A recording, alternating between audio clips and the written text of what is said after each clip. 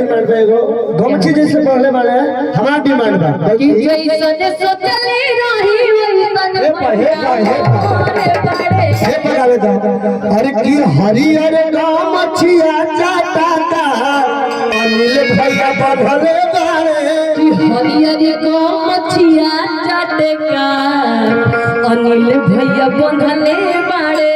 उहे रे गमछिया तेजस्वी भैया बधले बारे एही गमछिया को अनिल भैया बंधले बाड़े